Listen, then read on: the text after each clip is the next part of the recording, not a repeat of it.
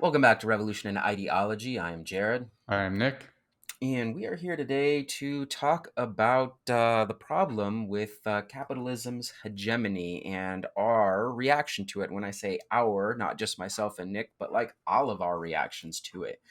We were inspired by an article actually that one of my former students sent me. It's a Gawker article. I'll do a quick shout out. It was written by Clare Coffey in, what is that, August 12th, 2022. It is titled The Failure to Cope Under Capitalism. The inability to do basic tasks is not always a political problem. We're actually not going to spend a lot of time like nitpicking the article itself. We actually don't know much about the writer, but we just wanted to give it a shout out because it did inspire us to start this conversation. Anything you want to add before we dig in, Nick? No, I think that's good. Like you said, the article kind of inspired us to want to have this conversation. I don't necessarily agree with all of their points that they Yeah. made, but there's definitely a conversation to be had here for sure.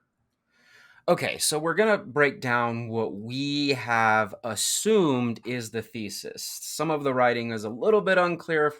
I said I wasn't going to critique, but here we are. Some of it wasn't clear, so we're having to infer a little bit here. We believe the thesis that has inspired us to have this discussion is essentially that capitalism's hegemony is in fact a problem. That's undeniable. Essentially from like us facing the climate crises to various social inequalities that are becoming more and more apparent, to perpetual conflict, wars over resources, etc., to orchestrated market fluctuations. At this point, no one's under the illusion that there is really an invisible hand. We are being manipulated. To labor exploitation. All of us feel exploited in our labor. What else? To unseemingly unending layers of bureaucratic barriers and gatekeepers that are basically meant to inspire apathy within us. So many other things. Capitalism is problematic. That is undeniable. Literally killing the planet. However, we feel like the article was also arguing this cannot always be used as the excuse for inaction in one's personal life. Nor does this excuse inaction in terms of resistance. This part's a little bit of a stretch in terms of what we were reading in the article, in terms of its rhetoric. It's mentioned a couple of times, but we do still think for our channel, a channel called Revolution and Ideology, it requires a little bit of attention here. Is there anything that you want to add to the assumed thesis of what we're after? Well, excuse me, what the writer was after that inspired us to want to talk about it. Nope. Okay, so let's start here. Let's frame this right off the bat. What do social commentators in 2022 right now mean by things like the Great Resignation and quiet quitting and millennial and Generation Z apathy and so on and so forth? What do they mean, Nick? And there's definitely certain phenomena that are going on right now in, let's say, just in the United States, though I'm sure it's felt other places globally, Western Europe, etc. The Great Resignation is the fact that after COVID, I mean, during COVID, actually, there was a sharp decrease in the amount of people quitting their jobs. But after COVID, if we could even say after COVID, there was a great increase in people resigning from their jobs. Now, there's all kinds of economic and social reasons for this, but that's the Great Resignation. Quiet quitting is an interesting phenomenon where people are starting to adopt a mindset of, I'm basically done going above and beyond. I'm done killing myself for my job. I'm done internalizing, my failures at work and all of the expectations that are thrust upon me. I'm just going to go into work. I'm going to show up on time and do the absolute minimum possible that's required of me at my job. And then I'm going to mentally check out and go home and live a productive life, right? That my job is just going to be a job. So that's quiet quitting. The fact that this is even called quitting annoys me because it's clearly not quitting. It's Right. just doing your job, which is what should be expected of workers. But clearly that term is engineered for a very specific purpose. But anyways, that's quiet quitting. And then of course we have apathy. I don't know that that needs like any sort of definition, but like there is these accusations by generations above ours. Even we're not necessarily Z ourselves, surprise audience, but even generations of ours of like all of the subsequent generations that are all kind of like sharing now this space, and of course the younger ones being lazy or unskilled and so on and so forth. And then that idea being internalized and then like actually acted out. So there's that. Again, that's not necessarily us saying that, but it's what social commentators seem to think. Okay, Hmm. again, I want to reiterate and be 100% clear, and capitalism is problematic for all of these reasons. But again, the article is saying that the fact that capitalism is the problem here, it can't always be used an excuse for one's personal problems, is like the real thing. Why one, I mean, it's even in basically like the subtitle of the article. The inability to do basic tasks is not always a political problem. So that's what we're after. Are these critiques that kind of frame this conversation even new? Well, of course they're not new. I mean, basically, since the onset of the Industrial Revolution, when capitalism kind of took off and became capitalism, moving from its like mercantilist origins, people have been critiquing it. There is no more famous critique than, of course, the critique of alienation, which comes to us in the mid 19th century from a very famous guy some of our audience may have heard of. He's called Karl Marx. We're actually not going to do a lot of celebration of Karl Marx right now for any real reason. I just want Nick to talk about alienation.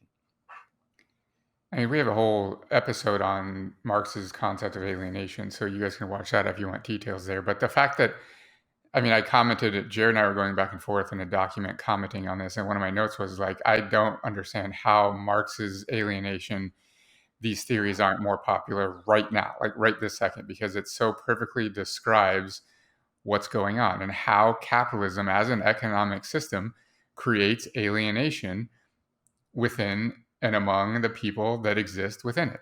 And I'm not going to go into details, like Jared said. We have a whole episode on that, but just, I mean, and it's not even a lot, right? You can read 10 pages of Marx and get the basic gist. So we'll post, resources, links to that in the description.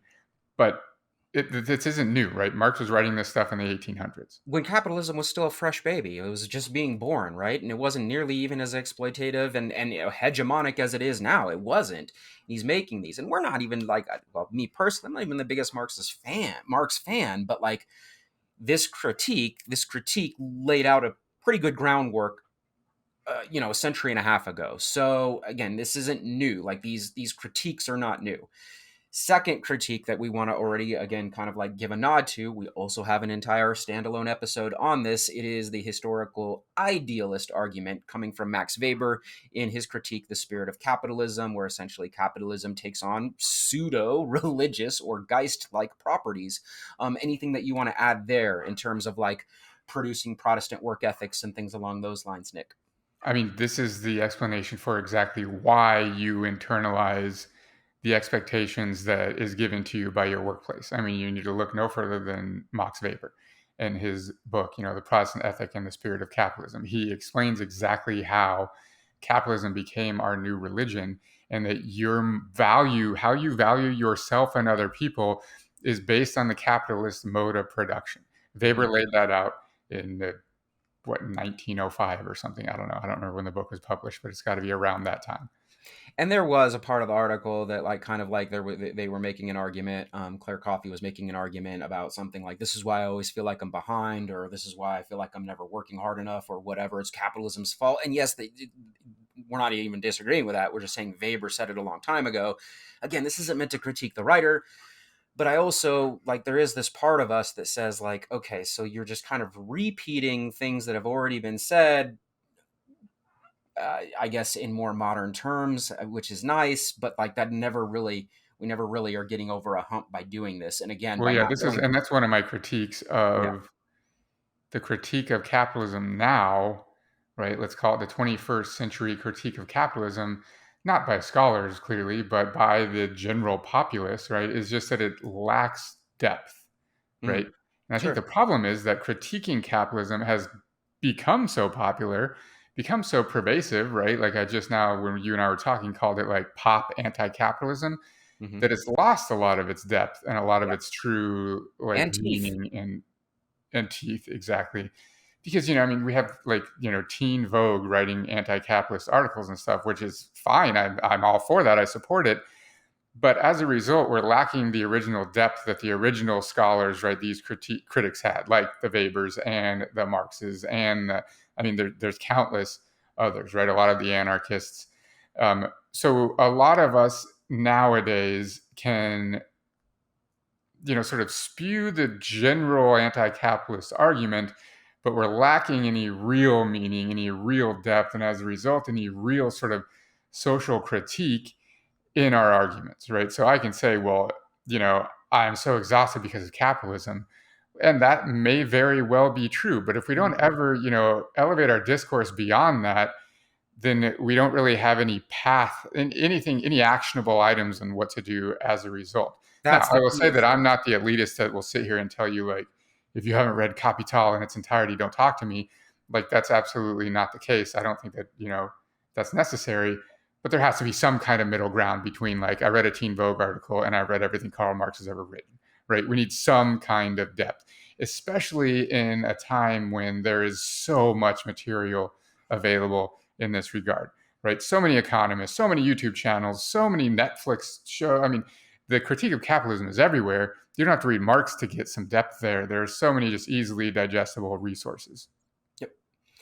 Okay, so the next concept that we want to kind of introduce that kind of like builds us towards what's being discussed here in some is this idea of narcotizing dysfunction. Go ahead again. I'll bring in, it's a sociological concept. We'll have Nick, the sociologist, break down narcotizing dysfunction in terms of like critiquing what's going on. I mean, we actually have an entire episode on this too, We so we I do. encourage you to check that out. But narcotizing dysfunction is this idea that the media, and this was written in 1948, so they were talking about newspapers in the very beginnings of television, and I mean like well before social media and Netflix and Disney Plus and like everything that we're just inundated with on a daily basis with these computers in our pockets. But the idea is that media exists, functions to inform the general public, like that's its main function. But we end up getting inundated with so much information that it ends up having a narcotizing effect, where instead of driving us to action, we end up replacing knowledge with action. We never actually take any action Yeah. ourselves. We substitute being informed for action. So we end up just doing nothing but consuming media, and we view the consumption of media as action in itself. So we sort of let ourselves off the hook and say, wow, I've done so much. I know about all of these things, but we forget that knowledge doesn't actually equal action. And again, the premise of the article here is critiquing that again, it is saying capitalism is a problem, but it can't be used as like always an excuse for personal inaction. Like Mm-hmm. that's a problem. So this is where narcotizing dysfunction comes in. I like what you said because it kind of leads me into the next like major point, critiquing, of course, the system itself. And that is Desmond Morris in The Human Zoo talking about the survival substitute and how that activates within the stimulus struggle. Long story short, there's this idea that he lays out where in these modern economies, essentially we are given things that are meant to be surrogates or substitutes for our actual, like, from our human origins, our need to survive, whatever that meant, fishing, hunting, growing crops, whatever it is. We no longer get to do those things. And so we feel less in control of our own lives. And so instead, capitalism, and it's not just capitalism, there's a bunch of isms that led into capitalism that also started this process. But long story short, capitalism has perfected substituting all of these activities that make us feel like we're engaged in actually doing things. And all of them are now just substitutes or surrogates for actually doing things, which can also, of course, be a little bit exhausting. And the surrogacy, oftentimes, especially in capitalism, especially in the information age, actually leads to, even though we're doing things, we're not actually accomplishing anything. Like we're actually not doing, like filling out an Excel spreadsheet actually is not, I mean, it's a substitute. It's not doing Mm-hmm. anything. And doing a lot of nothing. At some point, our brain does register like this is all nonsense. These are surrogates. They're not actual actions. That could lead to, of course, apathy and resignation and things along those lines, those types of things. So, anyway, Hmm. Finally, the other one that we want to dig into is the idea of one dimensionality. Of course, this comes from Marcuse. We don't just have one episode on it. I think we have four. Again, standalone episodes, but I do want to have Nick kind of like tie a nice little bow around one dimensionality. I mean, the general idea is, I mean, it's deep. There's a lot there, but the general idea is that we have become completely one-dimensional. That capitalism as an ideology is so pervasive that there is no alternate way of thinking at this point. That even our anti-capitalist ideologies function to serve the capitalist system. There is no true anti. There is no viewing capitalism from the outside. That is gone. As a result, we are completely one-dimensional. Okay, so we've got these critiques. This is just a handful. Again, a handful that we both personally enjoy, or else we wouldn't have made standalone episodes on them in the past, but let's keep moving here. The moral of the story is critique of the system has been, there's a very rich history of it. However, that's not necessarily the writer of this article who inspired our commentary here. That's not necessarily their point. Their point is, can we continue to use the inadequacies and problems and all of the horrific parts, and I'm using that word intentionally, horrific parts of a capitalist system and ideology, can we really use that as an excuse for personal inaction? That's like their main point for why. And Nick used this example, you can't make it to an appointment on time because capitalism kicked your ass today, or whatever it might be. Can we really do that? Is the political really personal? And though Marx and Weber and Morris and Marcuse and whoever else I'm skipping over that we just talked about do touch upon personal effects of the system. I mean, I think Marcuse might do the best job of that, but maybe Morris. Anyway, it doesn't matter. It's still this idea that the political is personal, and at some point I think what our author here is saying is that, like, no, at some point the personal is just on you. Like, at some point you just have to do. What do you think of that? I have a quote. We're trying intentionally not to read long quotes from this article because I know it's not entertaining, but I'm just going to read this one sentence, and it is, quote, "But this is not the condition of life under capitalism. This is life itself. And it is a sad irony that though the fear of life may be produced by class imperatives within capitalism, the impulse to restrict it to a problem of capitalism is itself a part of the same fearful rejection of the task of living." So basically, the argument is, a lot of these struggles that we blame on capitalism isn't actually just a result of capitalism. It's just a result of living human life, right? Human life in the history of humanity has never been comfortable. It's never been without struggle. It's never been without conflict. It's never been without doing things that you didn't want to do, right? All of these things, I'm not going to say they're part of human nature because if you listen to our episodes, you know my opinion on the human nature argument. But as long as humans have existed, life has been a struggle with each other, a struggle with the environment, and so forth, right? We've had to fight for our existence. So we can't just always say, yeah, I really don't feel like going to my appointment. I'm really tired today. Whatever we're having, they can't always be blamed on capitalism. At some point, we have to say, like, yeah, this might be exacerbated by capitalism, or it might take this very specific, characteristics as a result of capitalism.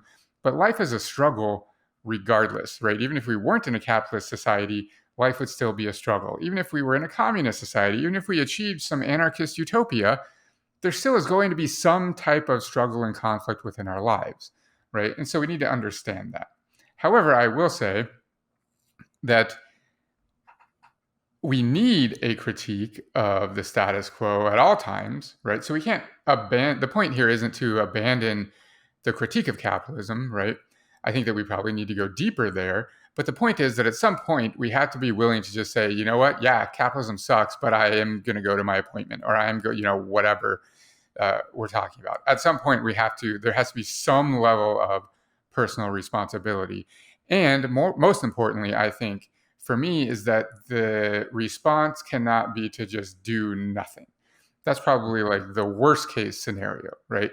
Once you begin to educate yourself and become informed on the critiques of capitalism and all of the ways that the economic system is exploitative and is designed to just crush your soul, for lack of a better term, the worst thing is, like, I just can't go on, right? I absolutely am just going to do nothing. That's the worst case scenario, right? I mean, I don't know. I guess worst case scenario might be just being a devout absolute capitalist, but worst case scenario, in my opinion, is Becoming like, the parasite, I suppose, yeah, becoming exactly. what you, yeah, like yeah. If you Yeah. can't beat them, join them, kind of thing. Which Hmm. of course plays right into the hands of the capitalists. But so does apathy, right? Just saying, I need Yep. this.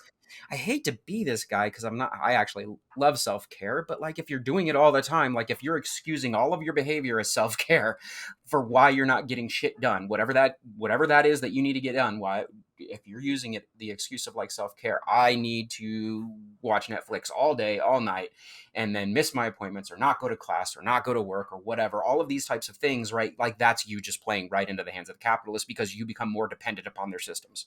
Right. um That's the worst case scenario, I think, yeah. is like you just explained, right? Because it's the commodification of apathy and self-care, Yes, right? That's yes. exactly what capitalism wants you to do, is to say, wow, the system sucks. I've internalized this. I judge myself based on the metrics of the capitalist metrics. And as a result, I feel terrible. So I need to do something to make myself feel better. And if doing those things is consuming, which I would argue that 90% of it is, right? Even if, Right. like we talk about all the time, we use the example of like, I'm just going to go hiking in the mountains. Well, first, you need your trekking poles and you need your hiking boots and you need your tent and you have to buy all these things. You need your national park pass and you need, right? Like all of these things you need to consume just in order to like disconnect, right? Not to mention this, the whole commodification of like, the mindfulness industry. And I mean, we can go on forever, right? Well, The what about Netflix the and other coping chill and the like, mechanisms? We make the yeah. comment in class all of the time that this is the most drug society in human Hmm. history, right? Like, and we're not just talking about hard drugs, although hard drugs are there. We're talking about everything from like caffeine to nicotine to THC to like these are things that people, like the average population now requires to get through their day. And that's fine. We're not judging. We're both guilty of consuming some of these. But here's the thing, that is, we're consuming them. It's consumption that's playing into the hands of capitalists. Like, oh my Hmm. god, marijuana is legal in states X, Y, and Z, and like, yes, but it's now big business. Like, it's playing into the system. Well, it's funny, like, right, like I got to pick up my coffee on the way to work, otherwise I can't function. Well, you're taking part in the capitalist system to consume the coffee, and then you also are doing it so that you can be more effective while you're participating in the capitalist system, right? I mean, there's no escaping it. It's like, oh, I'm going to get high and go to work. Well, like you bought the weed from somewhere, and I don't care if you got it from your friend. Somewhere in the system that has been commodified, and you've played into the system, and then you're going to go to work and function within the system. Now, I'm So not going to we're say like there's no ethical consumption under capitalism, right? That's just a nonsense, meaningless argument, right. even though it might be true, but it doesn't really provide us with any actionable items, right? But at some point, we really have to like, you're playing into the system so that you can better participate in the system, and we really have to question our actions. And I'm using "are" not in the proverbial sense. Jared and I are just as guilty of all of these things. It's impossible not to be, and I think that's one important point. But here's the caveat. The inspiration for this is that the author of this specific article, again, Clare Coffey, is saying that you're talking about things that actually help you participate in the system. Their critique is not participating in the system and using capitalism's hegemonic properties as the excuse for that. The excusing of laziness and again, the word we've used a few times, apathy and resignation and things like, and that's part of it. That I think that we haven't really. What do you think of that? I guess we haven't really commentated on that.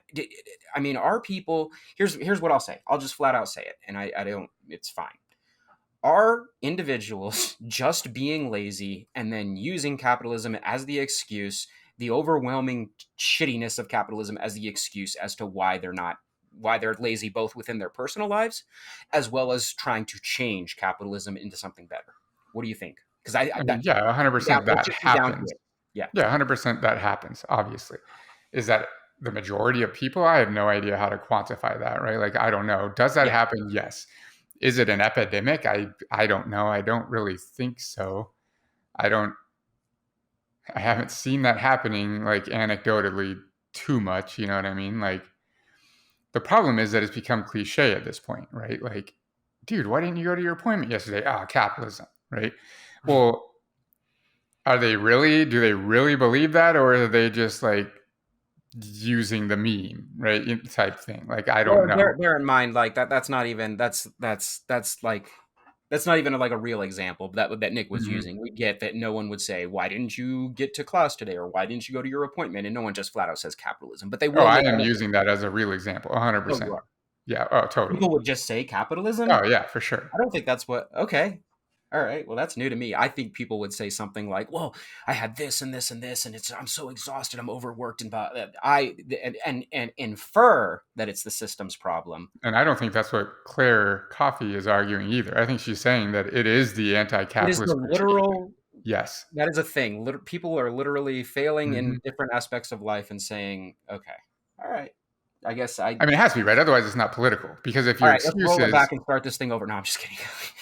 if your excuse is like, yeah, I'm just really tired and like I'm so worn out and like those are all effects of capitalism, you're still blaming yourself, right? So that wouldn't qualify. Their Yeah, argument here, the author's argument is that that it's it's just actually the capitalist critique that yeah. they are using as an excuse for their personal As to behavior. why they don't want to join the labor force and work in lower level things and pull themselves up by bootstraps, which is Hmm. we're not even going to get into the critique of the right here. It's not necessary, but like, Hmm. okay, I mean, I see it. All right, let's move forward. Okay, so I want your thoughts on like this last point that is only mildly inferred in different parts of, like, again, this jumping off point. This article is the jumping off point. It's mildly inferred, I think, a little bit in the intro and maybe a little bit in the conclusion.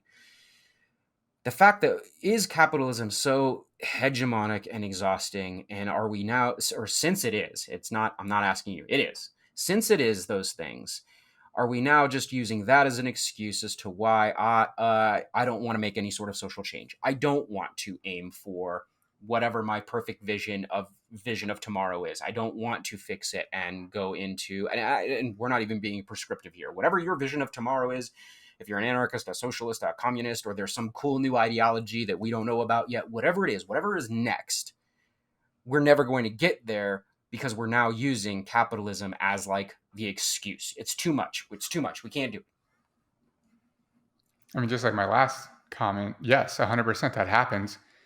Is that everyone? I don't know. I don't know if that's why everyone that is informed and knowledgeable about the critiques of capitalism that isn't doing something to change it, are they not doing something to change it because they believe that capitalism is just so overwhelming that there is no chance for them to succeed?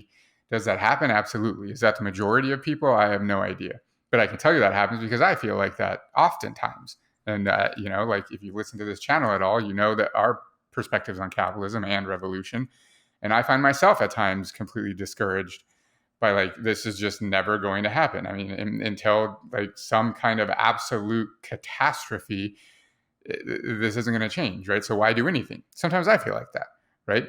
Now, is that the majority of everyone? No. And even for myself, it ebbs and flows, right? Like clearly we both are guilty of that.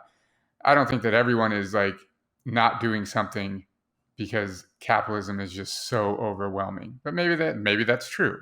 And that they would be, in my opinion, forgiven for adopting that position. Okay, well, let's kind of wrap this up. Again, this was again extremely short article, and it wasn't even meant to be like super critical of like the article or the author or anything along those lines. It was sent to us by a former student slash viewer listener. Thought it was interesting, kind of wanted our thoughts on it, so we decided to provide them. And again, going back to the thesis, like, I don't know that we have a firm yes, no, we agree, we disagree with what was kind of proposed here. I mean, well, there is one part we all agree with. I think capitalism is overwhelming and it is a massive problem that is destroying the planet and creates social inequality and perpetual conflict and market fluctuation and exploitation. It does all of those things. But because it does all of those things, does that excuse inaction in one's personal life? That's the debate. I don't know that we settled it here. I don't know that any one person can settle it, but it is an interesting question, and it's something that maybe in the comments we'd like to hear from you. Can you excuse, if you're not doing a lot in your own personal life, whether it is pro-capitalist or anti-capitalist, are we using like the overwhelming nature of where we're at as an excuse to just like not do much? Thoughts, Nick? I'd say take us out. I will say that Well, don't take us out yet. I think that we have to be careful when we use the argument that I think the author is using, that we need to blame ourselves more, right? That it can't always be political. At some point, you have to take personal responsibility for your behavior. Do I agree with that statement as a blanket statement? For sure. However, we have to be aware that as soon as we do that, then we start to look for ways to alleviate, right, the way that makes us feel, because it doesn't make you feel good once you start internalizing and accepting responsibility for your behavior, especially if it's poor behavior. You're doing things you don't want to be doing. You'd rather be doing something else, right? And then we start seeking things out, right? We start seeking out, like you said, drugs, therapy, self-help books and mindfulness apps and like all of these things. We have to be sure that we're not playing just more deeply into the hands of the capitalist system by internalizing our own behaviors. I think that's the real danger that we have to be aware of. So anytime anyone is like, oh my God, just like do your thing, take responsibility and just do it. Like it's you are the problem. Maybe that's true, but we can't just have blanket statements that say, you know what, it's not capitalism. You're all just lazy. You're all just apathetic. You have to just wake up, like Jared said earlier, pull yourself up by your bootstraps and go to work and, go to your appointments and do the thing, do whatever you need to do to like get your head straight. Like there's real danger, I think, in that critique as well, because you very, very easily end up just playing into the hands of the capitalist by going down that path if it's unchecked also. So I hope you enjoyed that episode. Thank you to our Patreon supporters. If you'd like to consider supporting us on Patreon, you can do so at patreon.com/revolution and ideology. I am Nick. I'm Jared. Later.